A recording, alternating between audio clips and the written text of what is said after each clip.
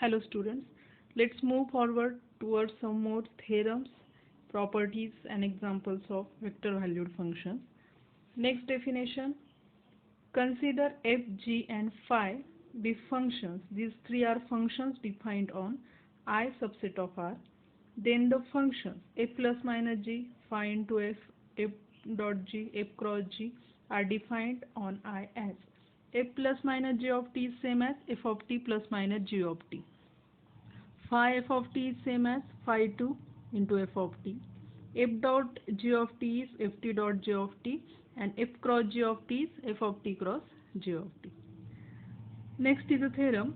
Suppose f and g are vector function and phi is a scalar function. Okay, phi is a scalar function such that limit of f of t as t tends to 0 is L, limit of gt as t tends to t naught is m, and limit of phi of t as t tends to t naught is k.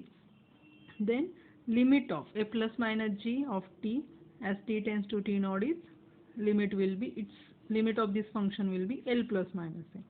Limit of phi f of t will be limit of phi is for limit of phi is k, so it is k into limit of f is L. Limit of f dot g is L into m, limit of f cross g is L cross m. Okay. Next theorem is if limit of f of t is L, then limit of mod of f of t is mod L as t tends to t naught.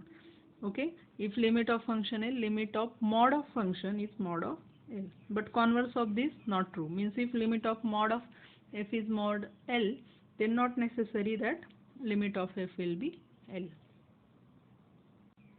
Next is about what is continuous vector function.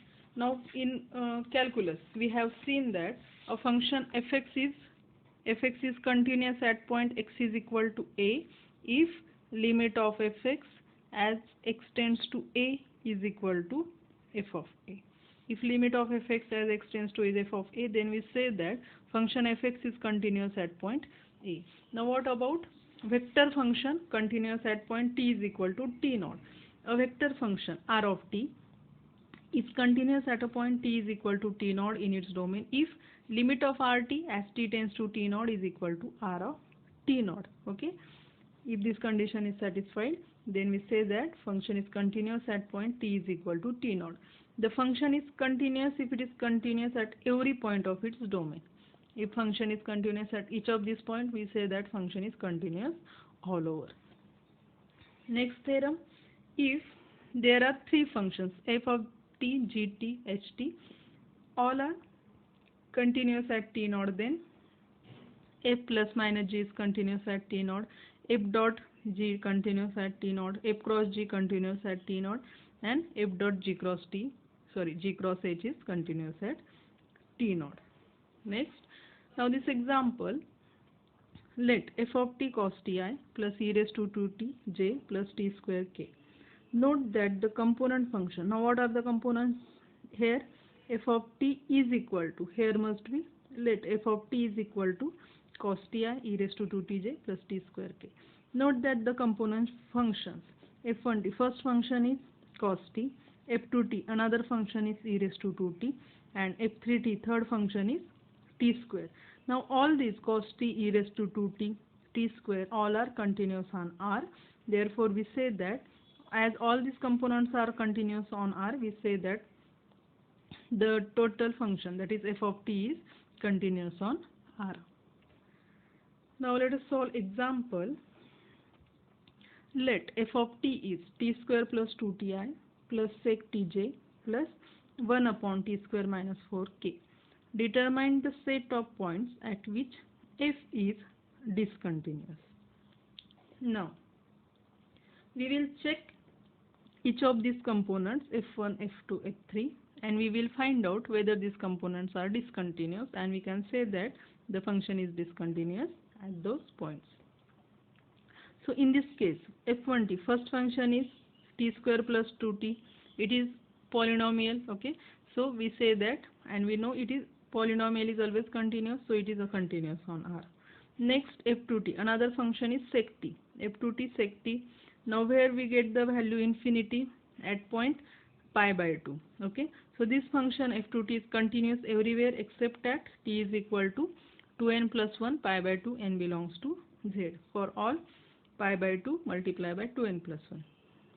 Therefore, sec t is discontinuous at this point. And last function f3t, that is 1 upon t square plus 4, is continuous on R except where we get infinity here when t square is equal to 4, means 4 minus 4 0, means discontinuous if t square is 4, and when t square will be 4 when t will be plus minus 2.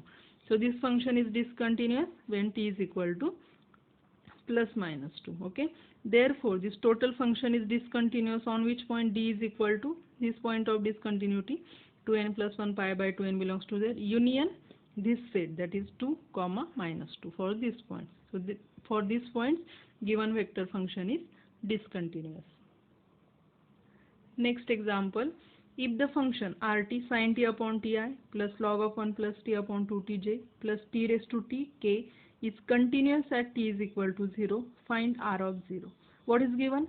This function is continuous, means what is given? R of t is continuous at r is equal to 0, means what? Means it is given that limit of r of t at t tends to t0, because it is continuous at t is equal to t0 is equal to t tends to 0, limit of rt as t tends to 0 is equal to r of 0, and we have to find out value of r of 0, means we need to find out limit of rt as t tends to 0.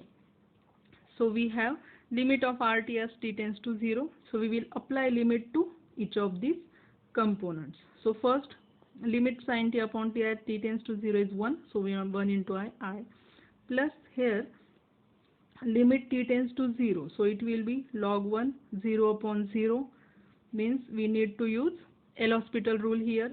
So what will be derivative of log of 1 upon t? Derivative of log of 1 upon t will be 1 upon 1 plus t upon derivative of 2t, that is 2, limit t tends to 0, so it will be 1/2. Okay, so it is 1/2 j plus limit t tends to t at t tends to 0, that is 0 raised to 0 by L'Hospital rule, its limit is 1, so 1 into k. And again rt is continuous at t0, so r0 is nothing but limit rt as t tends to 0, so we already calculate this value, it is I plus 1/2 j plus k. Okay, next example, evaluate this limit sin inverse t minus sin inverse a upon t minus ai e raised to t minus e raised to a upon t minus aj plus t sin a minus a sin t upon t minus a k. So applying limit to this means applying limit separately, limit of first plus limit of second into j plus limit of third into k. Here we again use L'Hospital rule. Why? Because otherwise here is a form 0 upon 0, indeterminate form. T tends to a means sin inverse a minus sin inverse a upon a minus a, that is it is 0 upon 0. At t tends to a, it is also 0 upon 0, 0 upon 0. So we will use L'Hospital rule here. What is derivative of sin inverse t? 1 upon square root of 1 minus t square. Its derivative 0, derivative of a 0, because it is constant. So derivative of sin inverse a 0, derivative of a 0, derivative of t 1. So what remain here? 1 upon square root of 1 minus t square. After applying limit at t tends to 8, it will be 1 upon square root of 1 minus a square I plus derivative again here L'Hospital rule, derivative of e raised to t minus derivative of e raised to a 0, derivative of a 0, derivative of t 1. So its derivative e raised to t. After what remain here? Only e raised to t. After applying limit as t raised to a, we get e raised to a into j plus here again using L'Hospital rule, because it is 0 upon 0 form. So its derivative will be, what will be derivative of t sin a? Sin a is constant.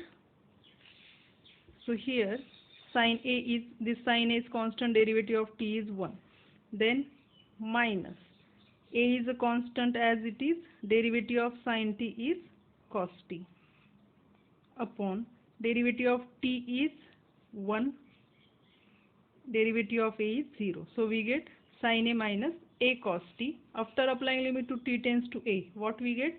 Sin a minus a cos a. Okay, that is sin A minus A cos A into k. So this is our answer. Next topic is differentiability. Now what is definition of differentiability?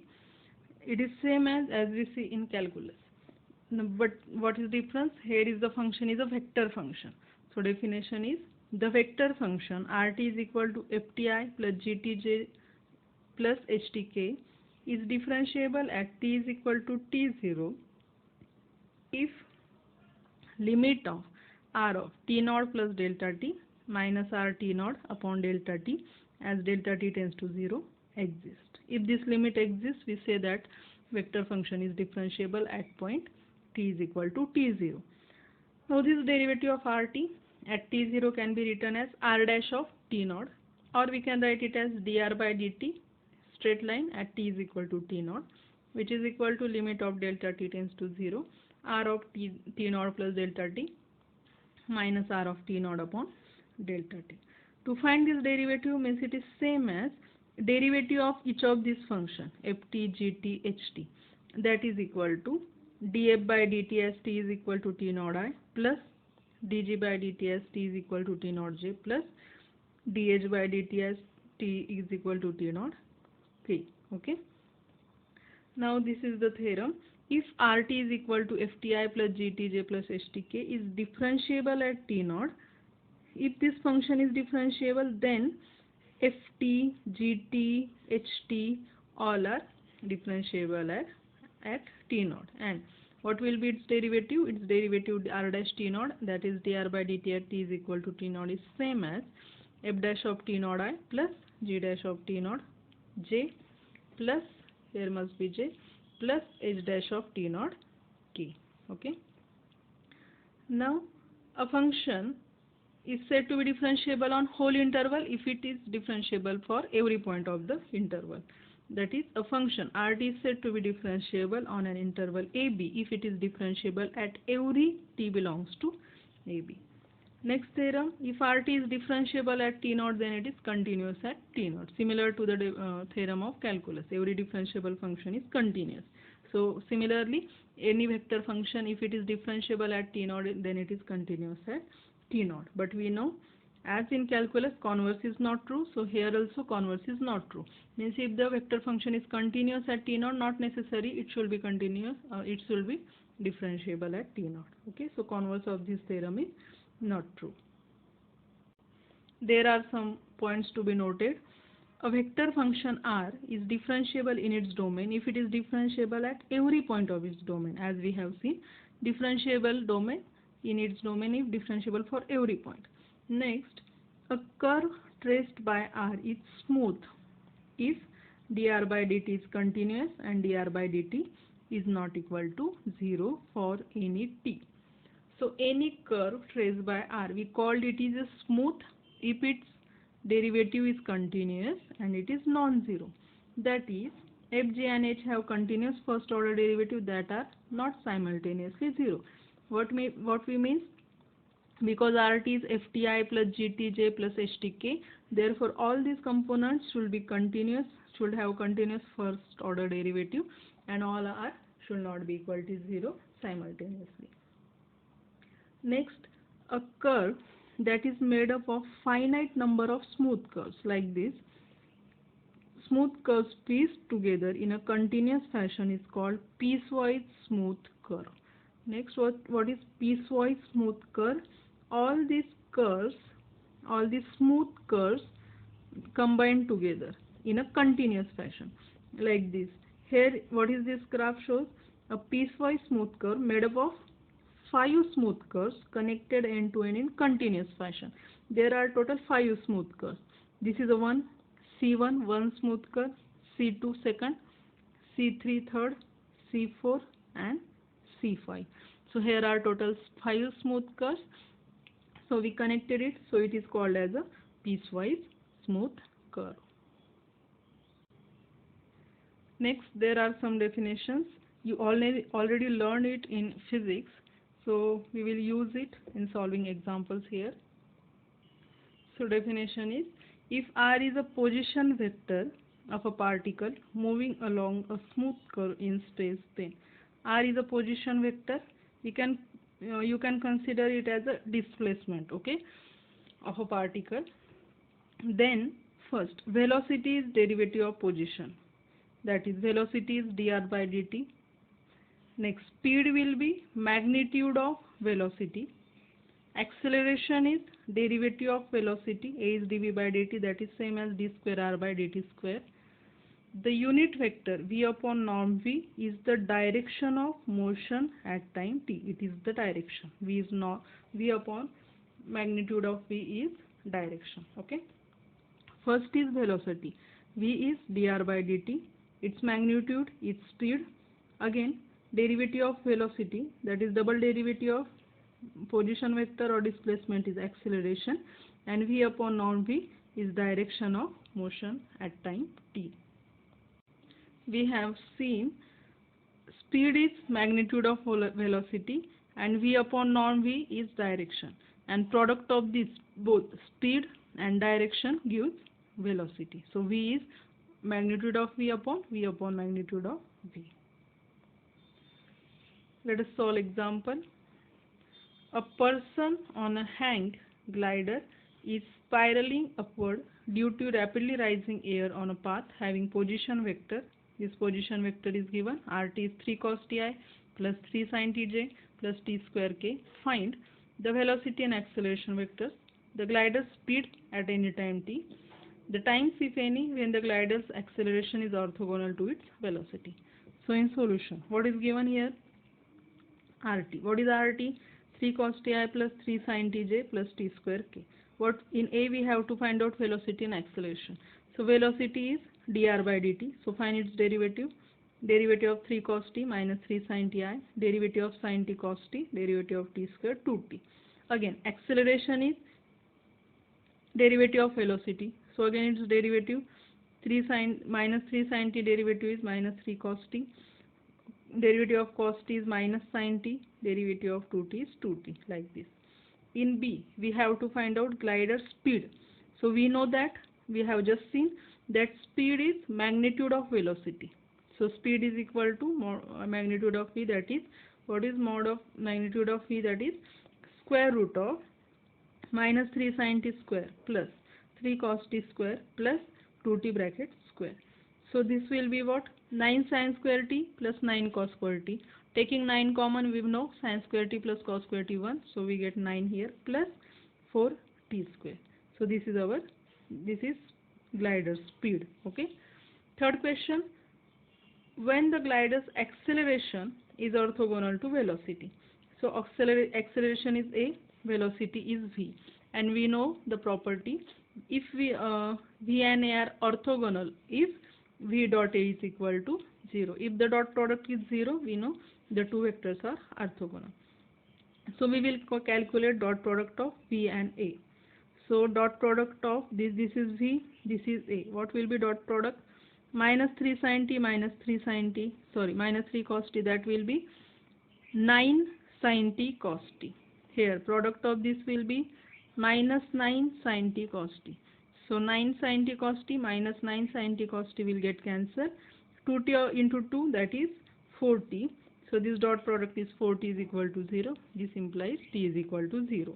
Means the only time when the acceleration vector is orthogonal to v is at the time t is equal to 0. Next theorem is, let u and v are two differentiable vector functions of t. C is a constant vector. Okay, C is a constant vector. K is any scalar, and f any differentiable scalar function then dc bar by dt is 0. Okay, where C is a constant vector. Derivative of constant vector is 0. d dt of k ut. What is k? K is a scalar. So d dt of k ut is k into du by dt. d dt of ft ut is using u into v rule. So it is f dash of t ut plus f of t u dash of t.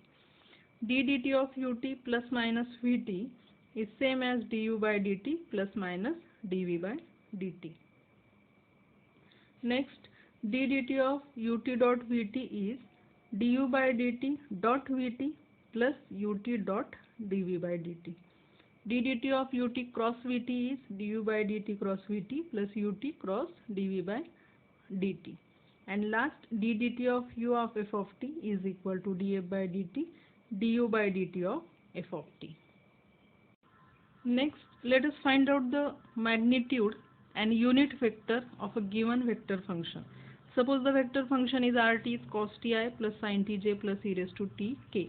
Then what will be its magnitude? R will be magnitude of rt, that is square root of cos square t plus sin square t plus e raised to t its square, that is e raised to 2t. So sin square t plus cos square t is 1. So square root of e raised to 2t will be e raised to 2 as it is. So it is square root of 1 plus e raised to 2t. And what will be its unit vector? Unit vector is rt upon magnitude of rt, which is equal to rt. This rt is written as it is upon magnitude of rt, that is square root of 1 plus e raised to 2t for rt. Now here you can note that now in r t is included. Okay, so as t varies, this r varies, means this r is non-constant. And also in this unit vector t is variable, so this also vary. So here both magnitude of r and unit vector, that is r cap, both are non-constant function. So similarly another vector function, let rt is sin ti plus cos tj plus root 3k. So its magnitude will be square root of sin square t plus cos square t plus root 3 square, that is 1 plus root 3 square, that is 3, that is square root of 4, that is 2. And what will be r cap? Rt upon magnitude of rt, that is we will divide this rt by 2. So that will be sin t upon 2i plus cos t upon 2j plus root 3 upon 2k. Now here you note that this r is a constant, but r cap include t here, so it is non-constant. So here modulus of r constant, but r is not constant. R cap is not constant. Another, rt is 2ti plus 3tj plus tk. Then magnitude is square root of square of each of these component, 4t square plus 9t square plus t square, that is square root of 14t square, that is square root of 14 into t. And r cap, we divide rt by this magnitude, that is we divide by square root of 14t. So everywhere tt will get cancelled, we get this vector. And you can see here r contains t, means it is non-constant, and this r cap does not contains t, means it does not contains variable, it is a constant. So here modulus of r, that is square root of 40, is a non-constant and r cap is a constant. Next theorem, let r is a differentiable function on AB, then r is constant function on AB if and only if dr by dt is 0 for all t belongs to AB. Remember statements of theorem, r is differentiable function, then r is constant if and only if dr by dt is 0, derivative of r with respect to t for all t 0. Okay. Another, let rt is a differentiable function on t, then r is of constant length, means magnitude of r is constant if and only if r dot dr by dt is 0 for all t. Okay, magnitude of r constant if r dot dr by dt is 0 for all t, and direction is constant if r cross dr by dt is 0. That is another theorem. That is, suppose rt is a differentiable function of t and that rt is non-zero for all t, then r has a constant direction if and only if r cross dr by dt is 0 for all t. Okay, magnitude constant when r dot dr by dt is 0, and direction is constant when r cross dr by dt is equal to 0. Now take one point as a note, that the derivative dr by dt can also be denoted by r dot. Single dot means it is first derivative, and second derivative can d square r by dt square can be denoted by r double dot. Okay, now let's stop here. In next lecture we will see about integrals of vector functions. Thank you.